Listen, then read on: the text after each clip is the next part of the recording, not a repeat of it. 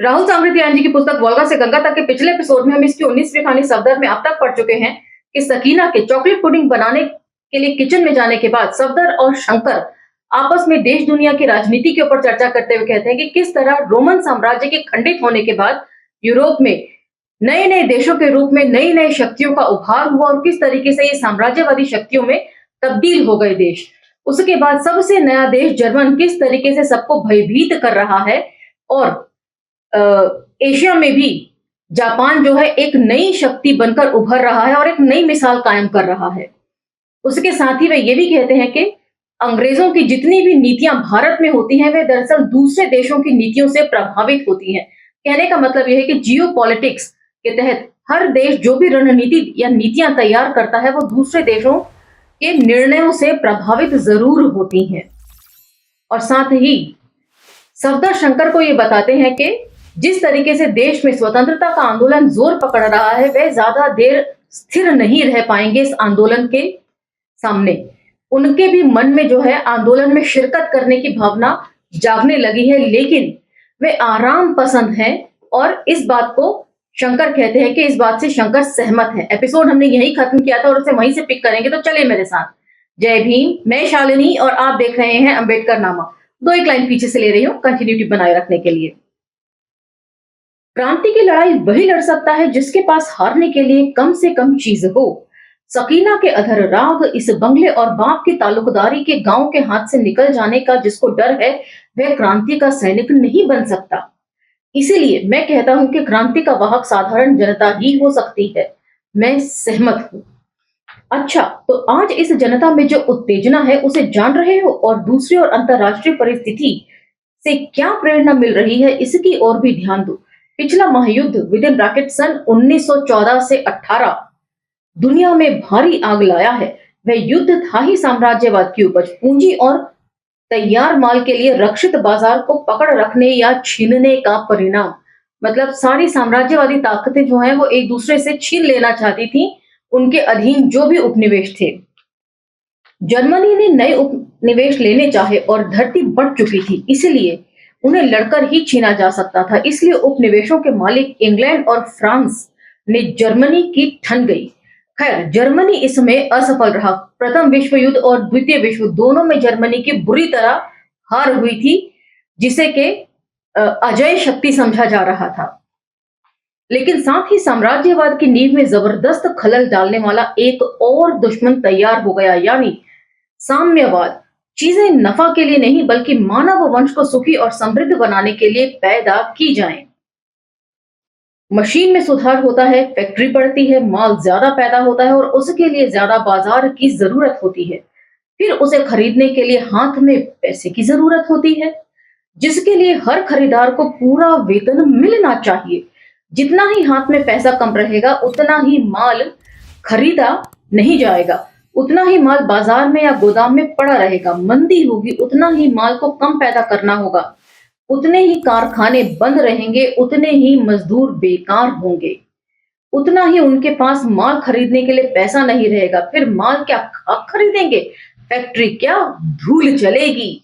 तो ये सारी बात जो है वो राहुल सांकृत्यायन डिस्कस कर रहे हैं शंकर और सफदर के माध्यम से कि किस तरीके से कम्युनिज्म जो है वो रूस में पनप गया था और रूस एक कम्युनिस्ट ताकत के तौर पर उभर चुका था यूरेशिया में। साम्यवाद कहता है नफा का ख्याल छोड़ो, अपने राष्ट्र या सारे संसार को एक परिवार मानकर उसके लिए जितनी आवश्यकताएं हो उन्हें पैदा करो। हर एक से उसकी क्षमता के अनुसार काम लो, हर एक को उसकी आवश्यकता के मुताबिक जीवन उपयोगी सामग्री दो। हाँ, जब तक आवश्यकता पूरी करने भर के लिए कल कारखाने और कारीगर इंजीनियर न हो तब तक काम के अनुसार दो। और ये तभी हो सकता है जबकि वैयक्तिक संपत्ति का अधिकार न भूमि पर रहे न फैक्ट्री पर, अर्थात सारे उत्पादन के संसाधनों पर उस महापरिवार का अधिकार हो। वैसे ये सारी बातें तुम्हारी शय में भी राहुल सांकृत्यायन जी ने लिखी थी, जो पुस्तक का अंतिम लेख था उसमें ये सारी बातें ही उन्होंने डिस्कस की हैं रूस को लेकर। कल्पना सुंदर है, यह कल्पना नहीं है शंकर। दुनिया के छठे हिस्से रूस पर 7 नवंबर सन 1917 ईस्वी से साम्यवादी सरकार कायम हो चुकी है। आज भी पूंजीवादी दुनिया मानवता की उस एकमात्र आशा को मिटाना चाहती है, किंतु पहली जबरदस्त परीक्षा में सोवियत सरकार उत्तीर्ण हो चुकी है। हाँ, फ्रांस अमेरिका के पूंजीपतियों की मदद से हंगरी में 6 मास विद इन ब्रैकेट मार्च अगस्त सन 1919 ईस्वी के बाद यहां से सोवियत शासन को समाप्त कर दिया गया। सोवियत रूस की मजदूर किसान सरकार का अस्तित्व दुनिया के लिए भारी प्रेरणा है और जिन शक्तियों ने सोवियत संघ को कायम किया वह हर मुल्क में काम कर रही हैं। लड़ाई बंद होने के साथ अंग्रेजों ने रॉलेट कानून पास करने की जल्दी क्यों की?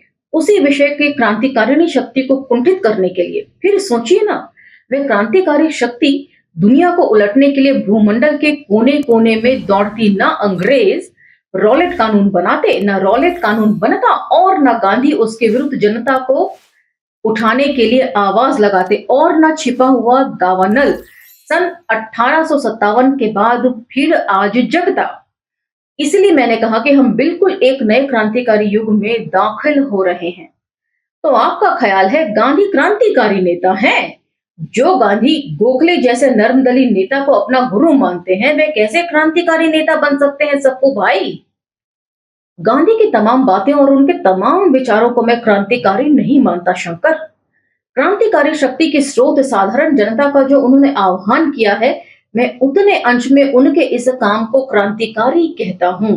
वैसे ये बात तो क्रिस्तोफ जाफरोलो ने भी अपनी पुस्तक भीमराव अंबेडकर एक जीवनी जाति उन्मूलन का संघर्ष एवं विश्लेषण में लिखी है कि डॉक्टर अंबेडकर भी चाहते थे कि सबको एक छतरी के नीचे लाना, सब एकजुट होकर देश की तरक्की के लिए बात करें, लेकिन वे ये काम कर नहीं पाए। उनको हमेशा एक अस्पृश्य नेता के तौर पर ही लोगों ने देखा और प्रचारित किया, जबकि गांधी इस काम को बड़ी आसानी से कर पाए। उसी चीज का जिक्र यहां पर भी किया गया है। उनकी धर्म की दुहाई खिलाफत की खासकर को मैं सरासर क्रांति विरोधी चाल समझता हूं। उनके कलो मशीनों को छोड़ पीछे की ओर लौटने को मैं भी प्रतिगामिता समझता हूं। उनके स्कूलों कॉलेजों को बंद करने की बात को मैं भी इसी कोटि में रखता हूं।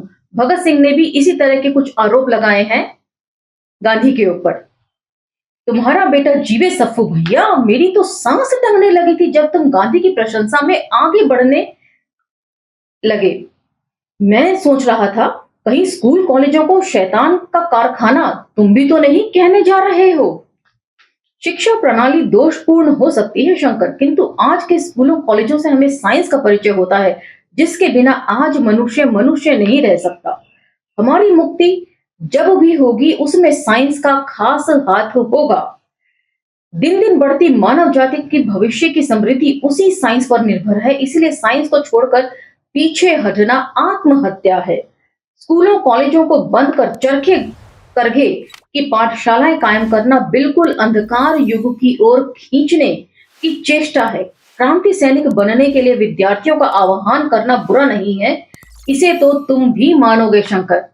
तो यहाँ पर भगत सिंह का एक लेख है, भगत सिंह के राजनीतिक दस्तावेज पुस्तक का नाम है, उसमें उनका एक लेख है नए नए नेताओं के नए नए विचार, जिसका पूरा पाठन मैंने अंबेडकर नामा के मंच से किया है। उसमें भगत सिंह ने भी कुछ इसी तरह की बातें लिखी हैं कि किस तरीके से शिक्षा और विद्यार्थी, दो लेख हैं जिसका मैं आपको कहूंगी कि आप इसे या तो पढ़ें या सुन लें अंबेडकर नामा पर, जिसमें भगत सिंह भी इसी बात को कह रहे हैं कि किस तरीके से विद्यार्थी जो है वो राजनीति में दखल उनका कितना होना चाहिए और कितना नहीं। विद्यार्थी का सबसे पहला काम है पढ़ाई लिखाई करना। जरूरत पड़े तो वे आंदोलित भी हो सकते हैं, लेकिन उसमें भी बहुत सारे इफ एंड बट हैं जिन्हें भगत सिंह ने डिस्कस किया है।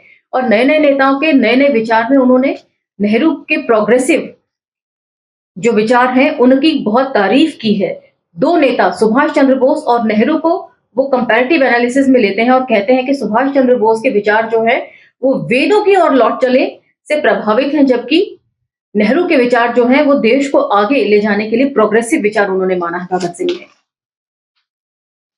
जरूर, और दूसरे बॉयकॉट, कचहरियों का बॉयकॉट, ठीक इसके द्वारा हम उनके विदेशी शासकों को अपनी क्षमता और रोष दिखलाते हैं।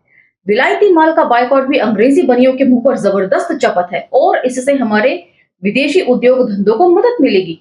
तो सप्पू भाई, मैं देखता हूं तुम बहुत दूर तक चले गए हो। अभी नहीं, अब जाना चाहता हूँ। जाना चाहते हो?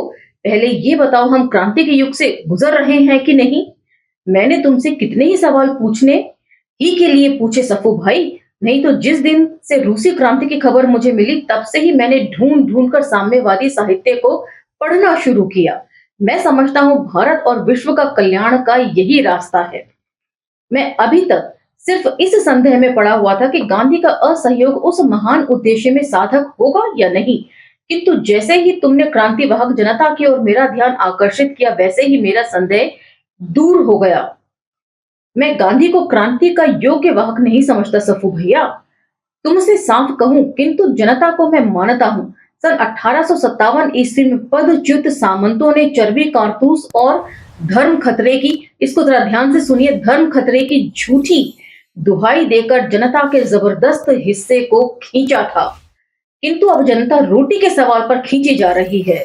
मैं समझता हूं दुहाई ठीक है, क्रांति का रंग ठीक है, और गांधी पीछे यदि अपने वास्तविक रूप में भी आएंगे तो भी मैं समझता हूं क्रांति के चक्र को वे उलट नहीं सकते। तो यहाँ पर मैं बताना चाहूंगी, डॉक्टर अंबेडकर की जाति का विनाश में उन्होंने फैलेसी ऑफ कम्युनिस्ट, जो तीसरा टॉपिक है बुक का, उसमें उन्होंने साफ तौर पे कहा है कि कम्युनिस्ट लोग समझते हैं कि आर्थिक समानता आ जाएगी तो देश तरक्की कर जाएगा, जबकि ऐसा नहीं है। आप कहीं भी जाएंगे, जाति के प्रश्न को हल किए बगैर आप आगे बढ़ ही नहीं सकते। तो यहाँ पर राहुल सांकृत्यायन ने सिर्फ और सिर्फ हमेशा आर्थिक संपन्नता की बात की है, साइंस पढ़ने की बात की है, लेकिन जाति के प्रश्न को इन्होंने पूरी पुस्तक में कहीं भी नहीं छेड़ा है।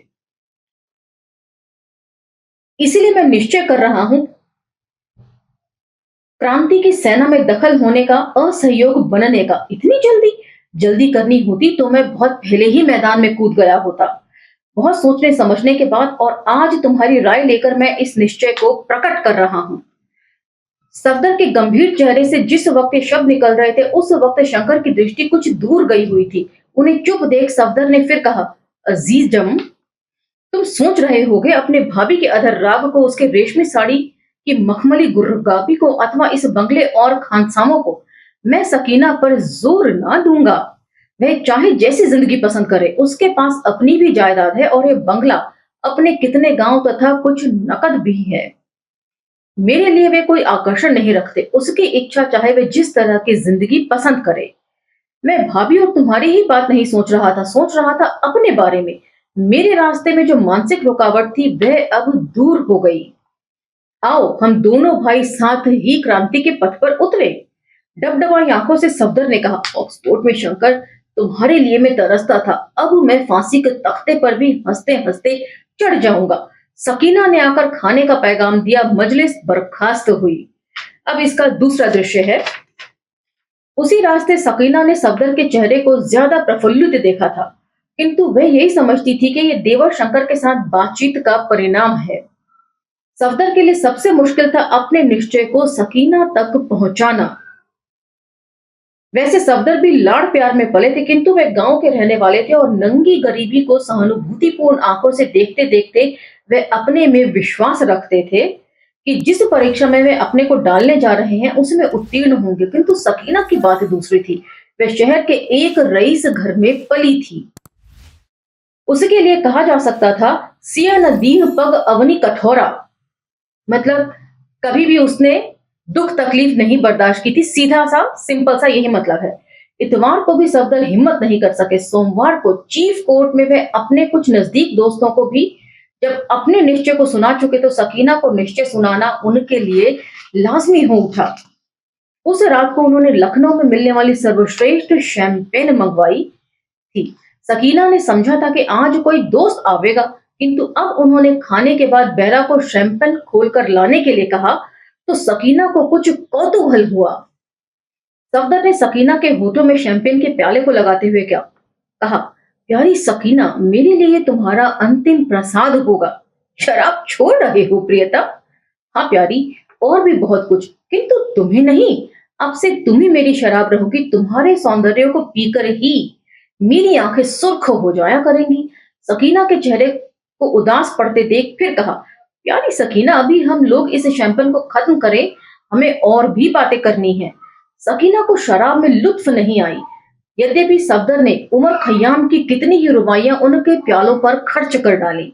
नौकर चाकर चले गए और अब सकीना सफदर के पास आकर किसी अनिष्ट की आशंका से सिकुड़ी जरा सी लेटी रही। तब सफदर ने अपनी जुबान खोली, प्यारी सकीना, मैंने एक बड़ा निश्चय कर लिया है। यद्यपि मैं अपना अपराध स्वीकार करता हूं कि ऐसे निश्चय करने के लिए मुझे तुम्हें भी बोलने का मौका देना चाहिए था। मैंने ऐसा अपराध क्यों किया, इसे तुम आगे की बात से समझ जाओगे। संक्षेप में वह निश्चय ये है कि मैं अब देश की स्वतंत्रता का सैनिक बनने जा रहा हूं। सकीना का हृदय पर ये शब्द वज्र से पड़े, इसमें संदेह नहीं, और इसीलिए वह मुंह से कुछ न बोल सकी। उसे चुप देखकर सफदर ने फिर कहा, किंतु प्यारी सकीना, तुम्हारी लड़कपन से सुख के जीवन को देखते हुए मैं तुम्हें कांटों में घसीटना नहीं चाहता। तो सफदर के इन शब्दों का सकीना के ऊपर क्या असर हुआ ये तो हमने देख लिया, लेकिन सकीना ने इसका क्या जवाब दिया, इसे हम अगले एपिसोड के लिए छोड़ते हैं और एपिसोड यही विराम देते हैं। यदि आप एपिसोड्स आपको पसंद आए तो आप इसे लाइक शेयर सब्सक्राइब जरूर करें। असहमतियों का भी स्वागत है। अब मुझे इजाजत दीजिए, मिलते हैं अगले एपिसोड में। धन्यवाद। जय हिंद।